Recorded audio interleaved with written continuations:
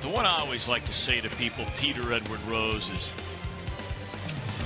he was a part of more winning games than any player in the history of professional sports. And I know you've said that before, but when I heard you say that the first time, I said, you know what?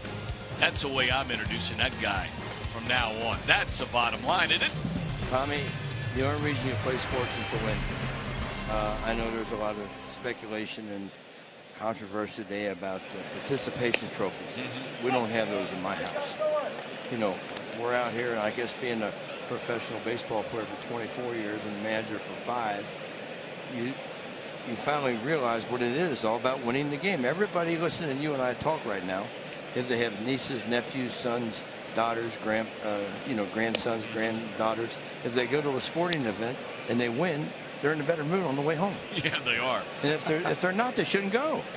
I mean, because we got to teach the youth of America the difference in winning and losing, not to the standpoint that you're a sore loser, but to the standpoint that you don't. Losing is a habit. Winning is a habit. Being negative is a habit. Being positive is a habit. It's not rocket science. Well, 14 looks good out there behind second base, then. Chris, come on. Did you ever request it that size? Because it's taken over just about the whole third area. I'm still trying to figure out, Tommy, help me out. What is a crafty left hand? Well, you're the guy that apparently he told a story before the ball game, Pete, about when you saw him down in Florida and you're cutting some commercials or something, and the next thing you know, he's trying to get a job. Chris is, and Bill Burger said no, and you say no, we're bringing this guy in, and he was telling a story today. You had a uniform for him the next day. That must have been one of those nights that Bill went out with the players. Hey, one night here it comes. One night, Tommy, we're playing in San Diego, and Bill went out with the players. This is my general manager, ladies and gentlemen. He's buying the players drinks, and he ran into a tree on the way home. And he had his whole side of his face was all scarred. Remember that? Yeah, I do remember. What happened to you, Bill? I run into a tree. Was you driving? No, I was walking. Man, that's even worse. How do you walk into a tree? I don't know. I've forgotten about that one. Oh, I didn't. I'm trying to get these players to come to the ballpark. He's taking them out drinking all night. Man, I wish I'd have played for him. Jiminy. But what a day for you here today, right? Yeah, I mean, come on. I mean, 3 years in a row, and we were showing some of the video from earlier of it started with being part of the franchise for the All-Star game, you and Johnny and Joe and Barry, and then you had last year your jersey finally retired, number 14, and now today. And you have the bobblehead days and things like that. But this is the ultimate today, to have a statue, especially over there where Johnny's is and Joe's and Tony's and Nux's and Ernie Lombardi and Frank Robinson. I know everybody's got a statue. I knew him. I knew Ernie Lombardi. I met him when I was a kid. He was one of my favorite Reds when I was a kid. And he was a slow-running catcher, but he was a really good hitter. So, and he was a legitimate number 4. Not the guy we just got rid of. I mean, I don't know why he's bitching about having his number retired. Ernie Lombardi should have had number 4 traded, retired a long time ago.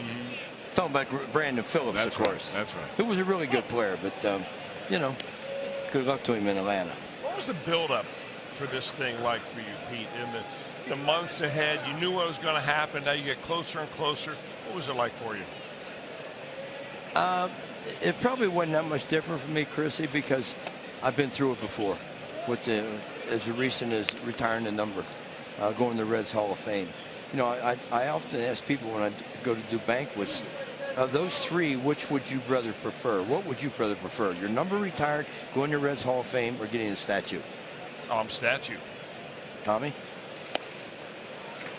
Hall of Fame's pretty good. A lot of people say Hall of Fame, but as you know, Tommy, there's a lot more members of the Hall of Fame than numbers retired, and there's a lot more numbers retired than statues. Yeah, there's no question. Yeah. A statue is kind of forever. And even if this ballpark, for some reason, in 10, 15 years from now, they put a new one up somewhere, who knows where, if that ever happens, those statues are coming with it. I asked that question to the guy that built the statue. I said, can you dig this up and take it somewhere else if 100 years from now they build another ballpark? Like we went from Crosley Field to Riverfront to here. So he said, yep, we can do that overnight. Oh, so yeah. I'm going to be around here for a long time. Yes, you are. Yes, you are. Well, Pete, it also, you know, when you see a statue, you come up on a stadium, and maybe you're not even a Cincinnati Reds fan, but you come here to Great American Ballpark, and you see these statues, and if it's a little kid, he may ask his dad or his granddad or his uncle, whoever he's, who is that guy? And you start to hear about the stories of the Big Red Machine, the stories of Pete Rose, how he always used to slide head first. And why did you slide head first? I just did that from the time I was 8 or 9 years old, playing down at Bullface Park. That's a can of corn. But you know, another good thing about my statue, Tommy, kids can get up on top of it. Oh, they're going to let them do that? Well, I'm sure they will. It's not very high. And my statue, you could fit a small car on top of it, and it won't collapse. No kidding. Stick around here. We got the hit king.